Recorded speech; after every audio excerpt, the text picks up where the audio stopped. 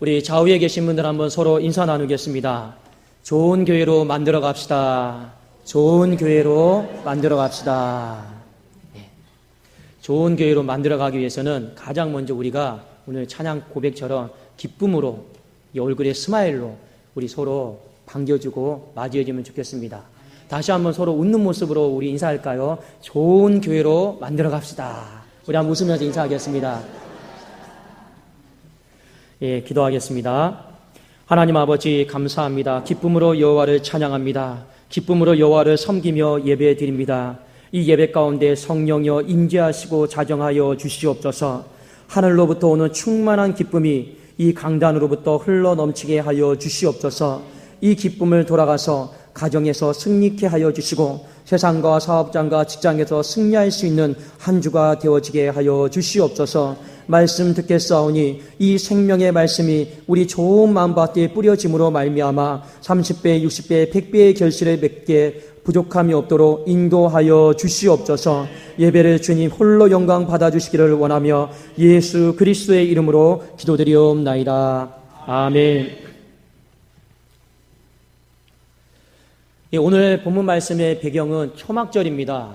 초막절은 이스라엘 백성들이 추수가 끝난 것을 감사하고 그리고 광야에서 이 텐트 생활을 했잖아요.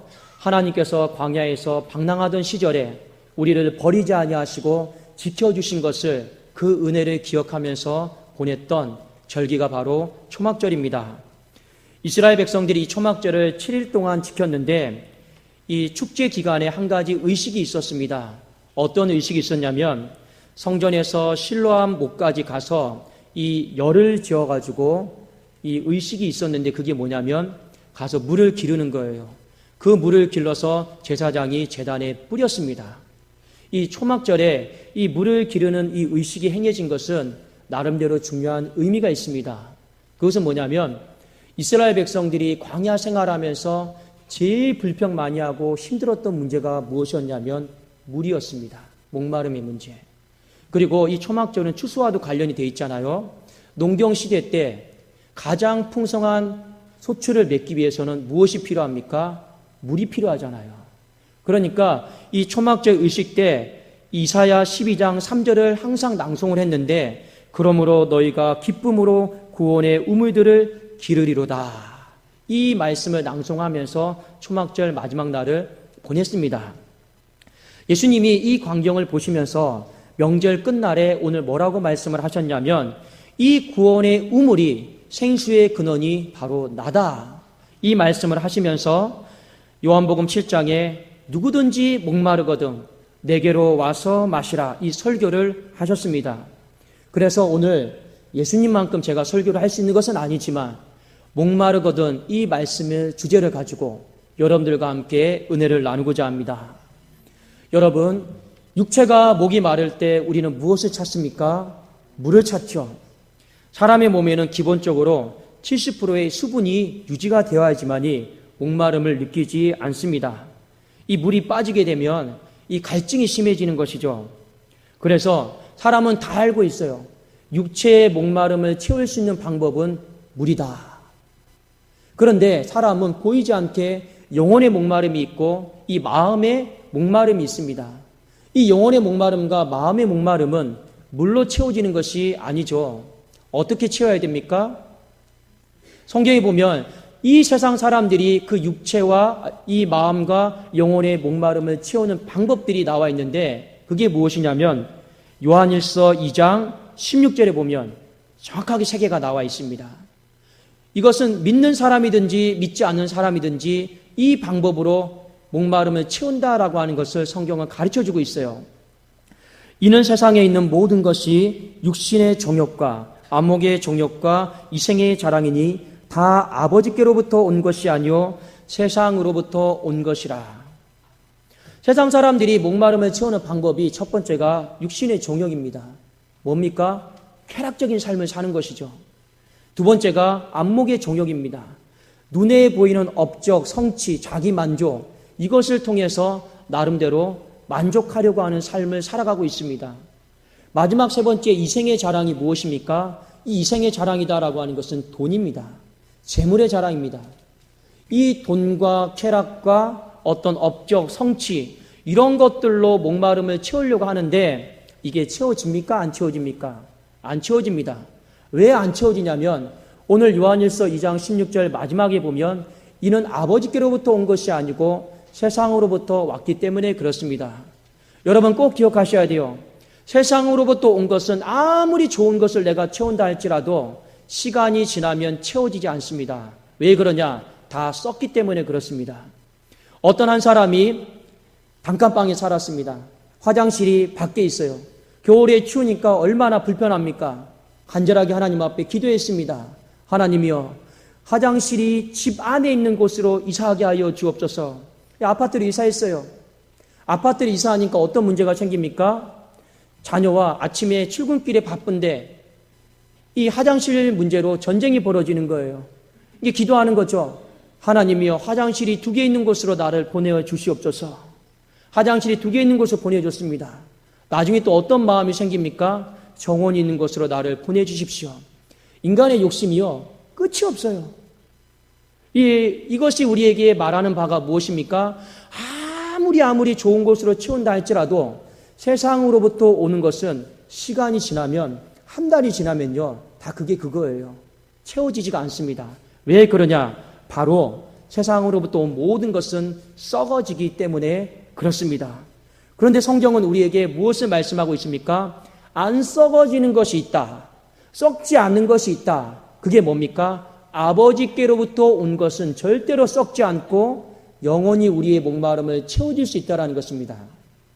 성경의 요한복음 7장을 여러분이 한번 읽어보시면, 그리고 요한복음 전체를 읽어보시면 예수님이 이런 말씀을 굉장히 많이 하십니다. 어떤 말씀을 많이 하냐면, 아버지께서 나를 보내셨다. 나는 아버지로부터 왔다. 내가 하는 말은 자의로 말하는 것이 아니고 아버지께로부터 받은 말씀을 하는 것이다. 이 말씀이 요한복음 7장이나 전체에 굉장히 많이 나와 있습니다. 왜 이렇게 나와 있냐면 예수님이 나는 아버지께로부터 왔다. 그리고 아버지께로부터 온 내가 하는 말은 아버지의 말씀이다. 어떤 의미가 있습니까?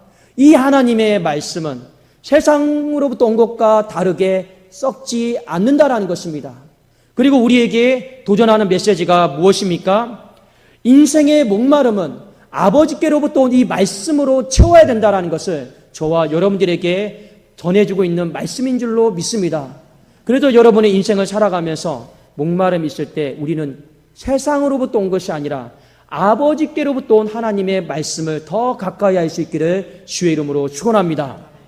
아모스 7장 11절에 보면 인생의 목마름이 왜 생기는가? 성경은 분명히 우리에게 가르쳐주고 있습니다.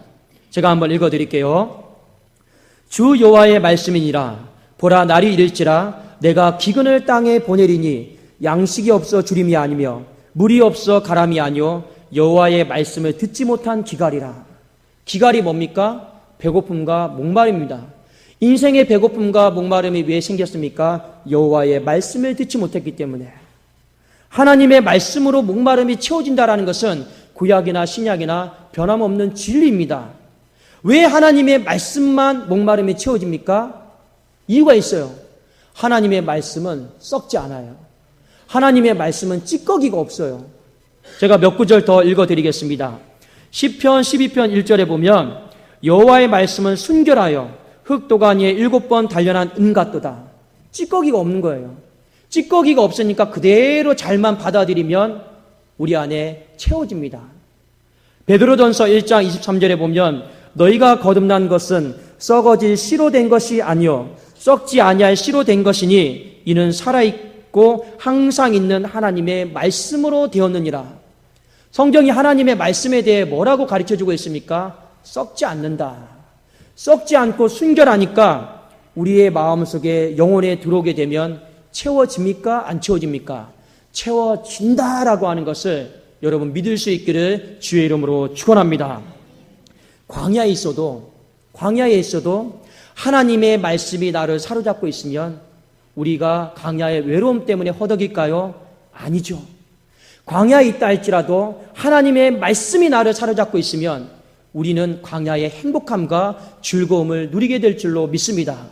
그 대표적인 사람이 바로 다윗이었는데 시편 63편에 보면 다윗이 이런 고백을 하고 있습니다. 1절과 5절 말씀에 하나님이여 주는 나의 하나님이시라. 내가 간절히 주를 찾되 물이 없어 마르고 황폐한 땅에서 내 영혼이 주를 갈망하며 내 육체가 주를 앙무하나이다. 지금 다윗의 상황은 광야예요. 메마르고 황폐한 땅입니다. 입술이 다 닫혀져 버리고 몸과 영혼이 기갈하고 지쳐있는 그런 상황이에요. 그럼에도 불구하고 다윗은 5절에 뭐라고 고백을 하냐면 골수와 기름진 것을 먹음과 같이 나의 영혼이 만족할 것이라. 나의 입이 기쁜 입술로 주를 찬송하겠습니다라고 고백을 했습니다. 여러분, 광야에 있는데 어떻게 내 입술이 기쁜 입술로 바뀌게 됩니까? 다윗은 그러나 기쁜 입술로 하나님을 찬송한 줄로 믿습니다. 이 말씀의 배경은 무엇이냐면 다윗이 아들 압살롬의 반역으로 광야에 쫓겨났습니다. 쫓겨나서 예루살렘을 향해서 성전을 바라보면서 하나님 앞에 노래하는 것이죠. 하나님이여, 주님이 내 인생의 왕위를, 다윗의 집을 영원히 견고하게 하시겠다고 약속하지 않았습니까? 사울처럼 내 집안을 망하게 하지 않고 영원히 지속되게 하겠다라고 하나님 내게 약속을 주지 않았습니까? 지금 내가 비록 아들에게 쫓겨서 광야에 있는 삶을 산다 할지라도 내 인생을 지배하고 있는 것은 무엇입니까? 하나님의 약속의 말씀인 줄로 믿습니다. 하나님의 약속의 말씀이 광야에서 내 인생을 지배하니까 나는 다시 예루살렘 성전으로 돌아갈 것입니다. 나는 다시금 그곳에 돌아가서 하나님 앞에 예배드리는 백성으로 살 것입니다. 왜 이런 마음으로 바뀌게 되었습니까? 하나님의 약속의 말씀이 광야에서 다윗을 사로잡았기 때문에 그렇습니다. 이 말씀을 들으면서 혹여 내 삶이 광야 같다라고 여겨지는 사람이 있을지 모르겠습니다. 내 상황과 형편을 바라보면서 원망과 불평하지 마시고 이 광야 같은 내 삶이라 할지라도 하나님이여, 하나님의 말씀이, 약속의 말씀이 내 생각과 마음과 영혼을 지배하여 주시옵소서, 사로잡아 주시옵소서. 그리하면 이 광야 같은 세상 속에서 기쁨의 입술로 하나님을 찬송하는 사람으로 바뀌게 될 줄로 믿습니다. 제가 이제 교회에 온 지 2달이 좀 되어 가고 있는 과정 속에 있습니다. 제가 이제 담임 목사가 되고 난 이후에 처음으로 이 목양실이다라고 하는 곳을 제 개인 사무실을 받게 되었습니다. 부교육자 생활을 할 때는 한 평도 안 되는 이 방에서 이 짐을 놓을 데도 없어가지고 살았는데 이 목양실이 오니까 저에게는 목양실이 대궐이에요. 궁궐처럼 너무 커요. 이 큰 집에 있다 보니까 어떤 마음이 드냐면 외롭다. 이 생각이 굉장히 많이 드는 거예요. 전에는 부교육자 생활을 할 때는 청년들과 어울리면서 매일같이 카톡하고 매일같이 이야기 나누고 상담하고 사람들에게 항상 어울려서 살았는데 이 목양실 오니까 한 주 동안 제가 성도님들 잘 모르지 않습니까? 그러니까 매일같이 말씀 준비하고 기도하고 하는 일이 그거예요. 근데 이 목양실에 비밀번호 누르고 딱 들어가면 외롭다. 오늘도 이 외로운 이 목양실에 하루 종일 있어야 되는구나. 이런 마음들이 솔직히 굉장히 많이 있었습니다. 그래도 가끔은 제가 아직 사택 이사를 못했는데 집사람에게 여보 빨리 와 외로우니까 이렇게 투정을 부렸을 때도 많이 있었습니다. 근데 요즘은 좀 집사람을 찾지를 않아요. 왜냐하면 외롭지가 않거든요.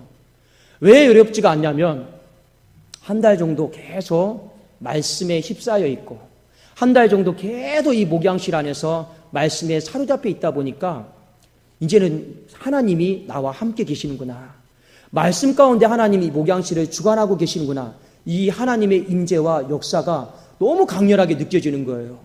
그러니까 이제는 똑같이 버튼을 누르고 들어갈 때는 외롭다라고 하는 마음보다는 어떤 마음이냐면 하나님 저 왔습니다. 하나님 또 만나주세요. 행복합니다. 이런 마음들이 제 안에는 훨씬 더 많이 있습니다. 여러분 바뀐 것이 있습니까? 없습니까? 저가 목양실에 있는 것은 그대로예요. 그러나 무엇이 바뀌었습니까? 하나님의 말씀이 저를 사로잡은 줄로 믿습니다. 그러니까 내가 광야라고 생각하는 이곳이라 할지라도 내 마음속에는 외로움이나 허덕임이나 이런 것이 아니고 충만함과 내 마음속에는 행복함이 가득한 줄로 믿습니다. 중요한 것은 무엇입니까? 하나님의 말씀이 저나 여러분의 인생을 사로잡기를 예수 그리스도의 이름으로 축원합니다.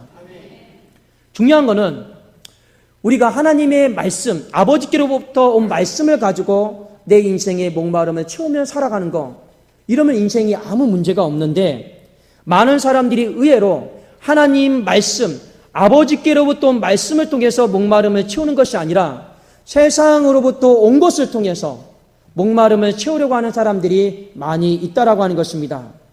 제가 이번 주에 전에 있던 교회 청년 한 명이 너무 힘든 일이 있어서 저에게 상담을 요청해 왔습니다.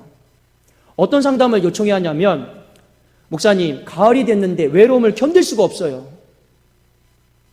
너무 힘들어요. 그래서 어쩌라고? 사람을 만나고 싶대요. 꼭 믿는 사람 만나라 이렇게 말했더니, 주변에 눈 씻고 찾아도 믿는 사람은, 믿는 형제는 없어요. 그럼 어떡하려고? 저 신앙을 잃어버리는 한이 있어도 저 아무나 다 만날래요. 제가, 너 그러면 안 돼. 너 그래도 이날 때까지 하나님이 성령 부어주시고 은혜 부어주시고 말씀 부어주시면서 너에게 얼마나 많은 역사를 해주셨냐. 그런데 너 외롭다라고 그 외로운 마음 때문에 세상 안으로 들어가면 안 돼. 제가 이렇게 말을 했거든요.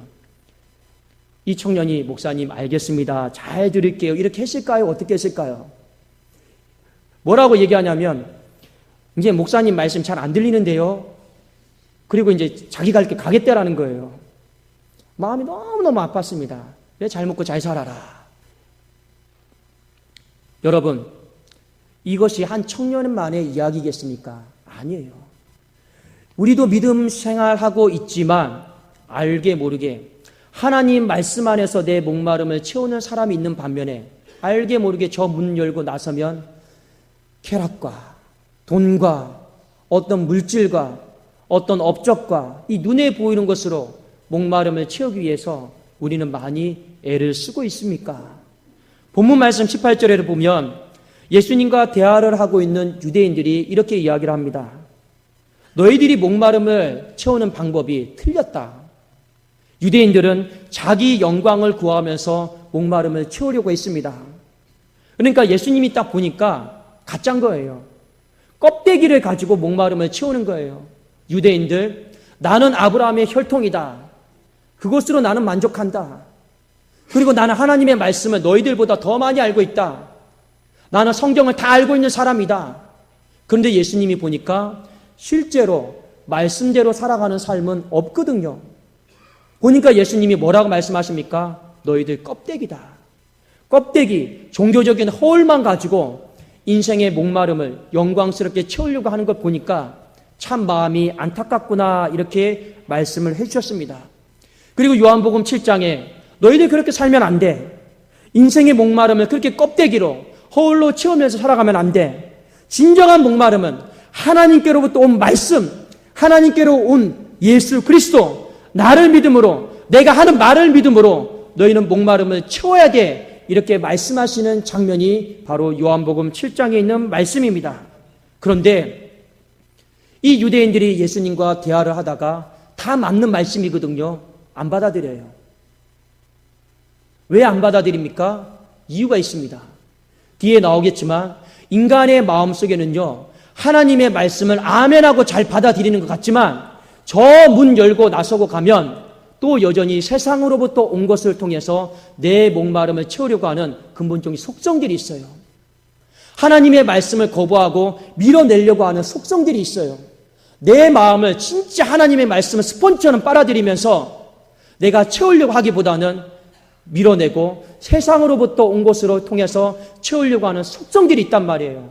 오늘 유대인들이 하나님의 말씀을 거부하고 밀어내면서 여전히 내 방법, 내 생각으로 나는 목마름을 채우겠습니다 하는 장면이 나옵니다. 무엇으로 하나님의 말씀을 밀어냈습니까? 요한복음 7장 15절에서 16절을 우리 한번 같이 보기를 원합니다. 같이 한번 우리 읽어보도록 하겠습니다. 시작. 유대인들이 놀랍게 여겨 이르되 이 사람은 배우지 아니하였거늘 어떻게 그를 아느냐? 예수께서 대답하여 이르시되 내 교훈은 내 것이 아니요 나를 보내신 이의 것이니라. 아무리 하신 말씀이 옳아도 예수님의 권위를 따집니다. 학력을 따지는 거죠. 배움이 없다라고 하는 거죠. 배우지 아니하였거늘 무슨 말입니까? 네 말에는 권위가 없다라는 겁니다. 당신 말에는 권위가 없습니다. 그러니까 맞아도 안 받아들이겠다라는 거예요. 또 한 가지 말씀 보겠습니다. 요한복음 7장 40절, 41절, 52절인데 제가 한번 읽어드릴게요. 이 말씀을 들은 무리 중에서 어떤 사람은 이 사람이 참으로 그 선지자라 하며 어떤 사람은 그리스도라 하며 어떤 이들은 그리스도가 어찌 갈릴리에서 나오겠느냐. 그들이 대답하여 이르되 너도 갈릴리에서 왔느냐. 찾아보라. 갈릴리에서는 선지자가 나지 못하느니라 하였느니라. 예수님의 출신을 따지는 거예요. 출신이 보니까 미천하다라는 거예요. 촌동네다라는 거죠.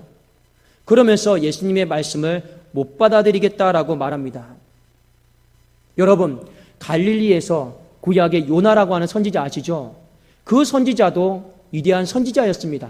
갈릴리 출신입니다. 안 받아들이려고 하니까 어떠한 수를 써든지 학력을, 출신을, 배경을 문제 삼아서 안 들으려고 해요. 이것이 사람의 근본적인 마음입니다. 모든 사람들이 정말 어린아이 같은 마음으로, 순수한 마음으로 하나님이 이 강단에서 선포되어지는 말씀을 다 아멘하면 여러분, 이 강단에서 선포되어진 말씀을 통해서라도 우리의 목마름은 충분히 채워지고도 남을 줄로 믿습니다. 그러나 왜 말씀을 들으면서도 목마름이 안 채워집니까? 이유는 우리 안에 근본적으로 말씀을 밀어내려고 하고 거부하려고 하고 순종하지 않으려고 하는 나름대로 이유들이 너무나도 많이 있기 때문에 말씀을 듣는 것 같지만 가까이 하고 접하는 것 같지만 목마름이 안 채워지는 경우들이 많더라라고 하는 것을 성경은 우리에게 가르쳐주고 있습니다. 제가 아까 그 청년에게 이렇게 말했어요. 너 지금 많이 힘들구나. 많이 외롭구나. 그러나 목사가 너를 위해서 기도한다. 그리고 제가 이 말을 했습니다. 너가 목마르고 힘들 때 세상 안으로 더 들어가지 말고 하나님 안으로 더 들어갔으면 좋겠다라고 말을 했습니다. 그런데 이 청년이 저에게 뭐라고 말을 했냐면, 목사님, 제가 이날 이때 동안 하나님의 말씀을 붙잡고 살아왔는데 하나님 말씀이 내게 해준 게 뭡니까? 내 현실을 변화시켜준 게 뭡니까? 이제 하나님 말씀 들어도 별로 재미없습니다. 이 말을 듣고 너무너무 마음이 제가 아팠습니다. 아무리 권면을 해도 자기 고집으로 말씀을 거부하고 밀어내고 나는 세상에 나가서 누구든지 만나서 쾌락적인 삶을 사는 한이 있어도 죄를 짓는 한이 있어도 나는 내 인생의 목마름을 채우겠다라고 하는 그 모습을 보면서 이 목사의 가슴이 얼마나 많이 찢어졌겠습니까? 사랑하는 여러분, 우리 안에도 하나님의 말씀을 좋을 때는 잘 받아들일 수 있어요. 그러나 힘들고 어려울 때 내 사업장이 무너지고 내 인생에 아픔이 생기고 외롭고 공허하고 힘들 때 그때도 하나님의 말씀을 내가 스펀지처럼 잘 받아들일 수 있기를 주의 이름으로 축원합니다. 그때도 하나님의 말씀을 밀어내려고 하지 마시고 거부하려고 하지 마시고 그래도 내가 힘들고 어렵지만 이 상황을 해결할 수 있는 목마름은 이 목마름을 충만함으로 해결할 수 있는 분은 바로 예수 그리스도밖에 없다. 하나님 말씀밖에 없다. 이것을 또 다짐하고 확신하고 붙잡을 수 있기를 예수 그리스도 이름으로 축원합니다. 예수님이 이 땅에 오신 목적이 여러분 무엇입니까? 인생의 목마름을 채워주기 위해서 이 땅에 오신 것 아니겠습니까? 목마름을 채워줄 수 있는 답이 오직 하나님 말씀밖에 없다라고 하는 거 우리에게 일깨워주기 위해서 주님이 오신 줄로 믿습니다. 그런데 인간이 어떻게 합니까? 이 사막 같은 세상에서 이 사막에 보면 오아시스 있죠? 이 오아시스, 이 물이 있는 줄 알고 가만히 갔더니 그게 신기류예요. 가짜예요. 1700년도에 나폴레옹이 이집트 원정에 나갔을 때 이 병사들이 얼마나 목이 많이 허덕여 있습니까? 그 전쟁사에 보면 이런 기록이 나옵니다. 멀리서 봤더니 물이에요. 오아시스예요. 갔는데 아무것도 없어요. 물인 줄 알고 먹었는데 모래인 거예요. 우리의 인생도 마찬가지지 않습니까? 이게 정말로 나의 목마름을 채워줄 줄 알고 내가 그냥 먹었는데 나중에 보니까 나를 죽이는 모래인 거예요. 그러면서 하나하나씩 죽어가는 사람들이, 잃어버린 생명들이 너무나도 많다라는 겁니다. 주님께서 안 되겠다, 이거 아무리 말을 해도 더 자기 고집만 심해지고 말씀의 문을 닫으려고 하고, 그래서 주님이 마지막으로 쓰신 방법이 무엇입니까? 십자가를 지시면서 우리 사람, 이 강팍한 마음을 가진 사람 안에 부드러운 마음으로 바꿔야겠다, 순종하는 마음으로 바꿔야겠다, 말씀을 잘 받아들일 수 있는 마음으로 바꿔야겠다. 이것을 강권적으로 해결하신 방법이 무엇입니까? 십자가를 통해서 성령을 부어주시겠다라고 하신 것입니다. 여러분 꼭 기억하셔야 돼요. 내 힘과 능력으로는요, 하나님의 말씀을 하나님 중심적으로 우리는 받아들일 수가 없어요.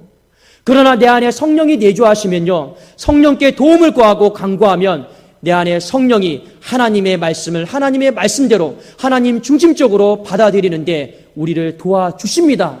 그래서 예수님이 우리 안에 성령을 부어주시려고 오늘 말씀에 보면 내가 십자가를 지겠다, 내가 부활로 영광스럽게 성령을 부어주시겠다라고 약속하시는 이 말씀이 오늘 요한복음 7장 말미에 나오고 있습니다. 우리 한번 이 말씀이 어디에 나와 있냐면 7장 33절에서 34절입니다. 이 굉장히 중요한 말씀입니다. 우리 같이 한번 읽어보겠습니다. 시작.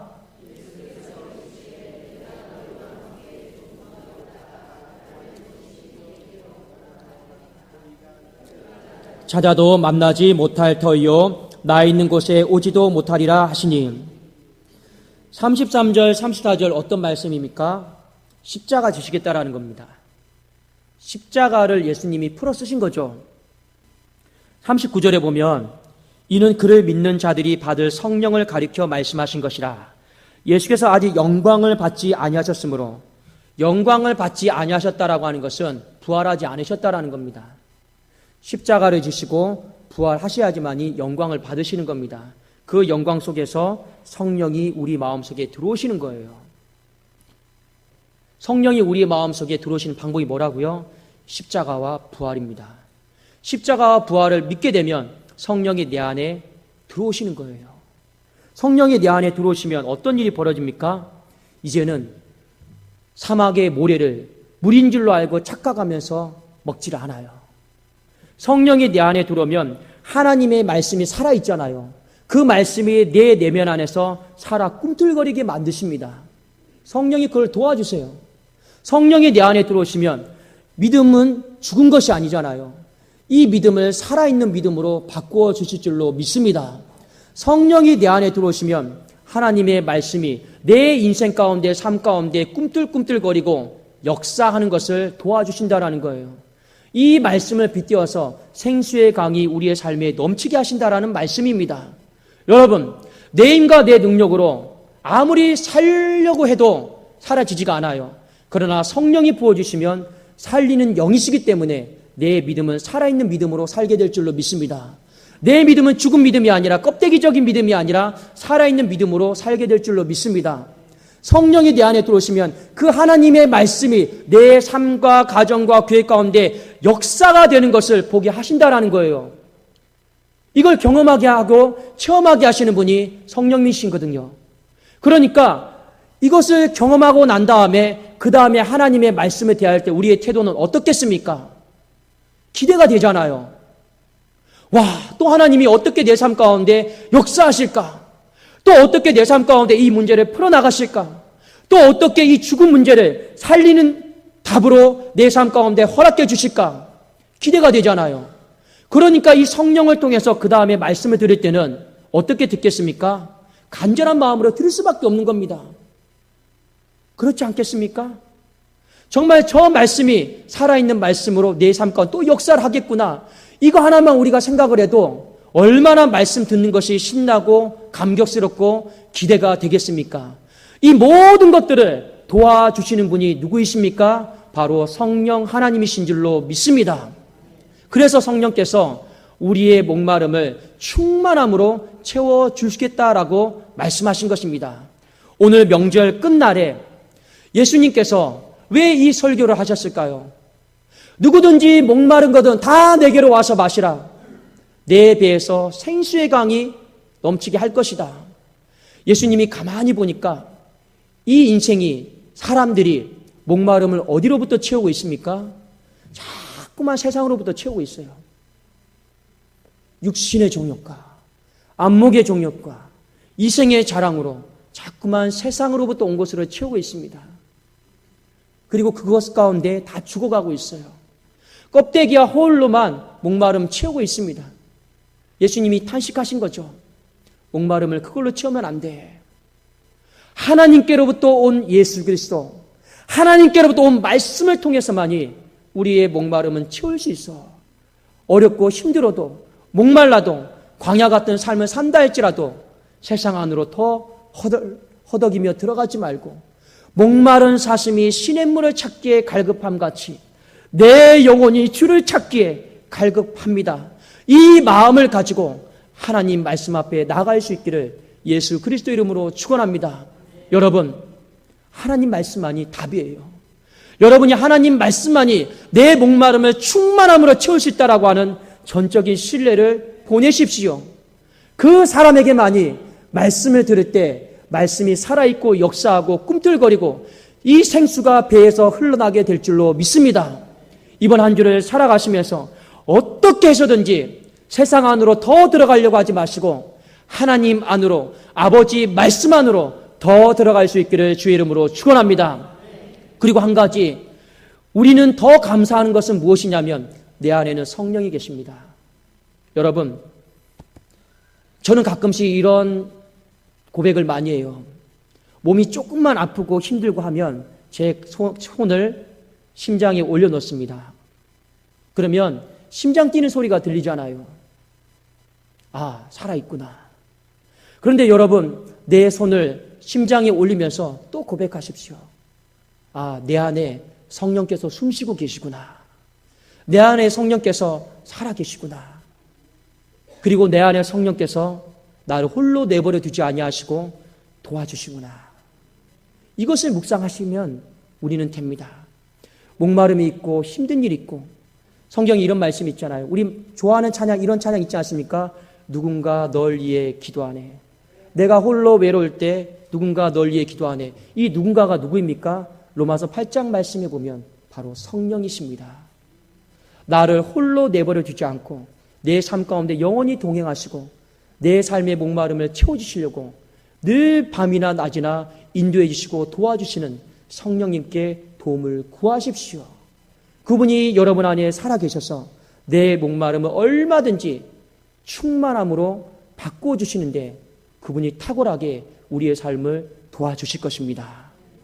이 말씀 꼭 기억하시면서 우리 10월, 11월, 12월 가을이 되었다고 해서 외로움에 어떤 다른 것에 허우적거리지 마시고 이 목마름을 하나님이 어떻게 충만함으로 바꾸어 나가시는지 저와 여러분이 기대하며 소망하며 나아갈 수 있기를 예수 그리스도 이름으로 축원합니다. 기도하겠습니다. 하나님 아버지 감사합니다. 인생의 목마름을 세상으로부터 온 것으로 채우지 않게 하여 주옵소서. 아버지께로부터 온 말씀을 통해 이 목마름을 채워나가는데 우리가 마음속에 결심하고 결단하게 하여 주시옵소서. 우리 사랑하는 성도님들, 물질의 목마름이 있고 외로움의 목마름이 있고 직장의 목마름이 있고 가정의 목마름이 있습니다. 이 모든 것 가운데 하나님으로 인하여 말씀으로 인하여 목마름을 채워나가기에 부족함이 없는 한 주가 되어지게 하여 주시옵소서. 내 안에 계신 성령께서 살아있는 줄로 믿사오니 생수의 강이 흘러 넘치는 이번 한 주가 되게 하여 주시옵소서. 예수 그리스도의 이름으로 감사하며 간절히 기도드리옵나이다. 아멘.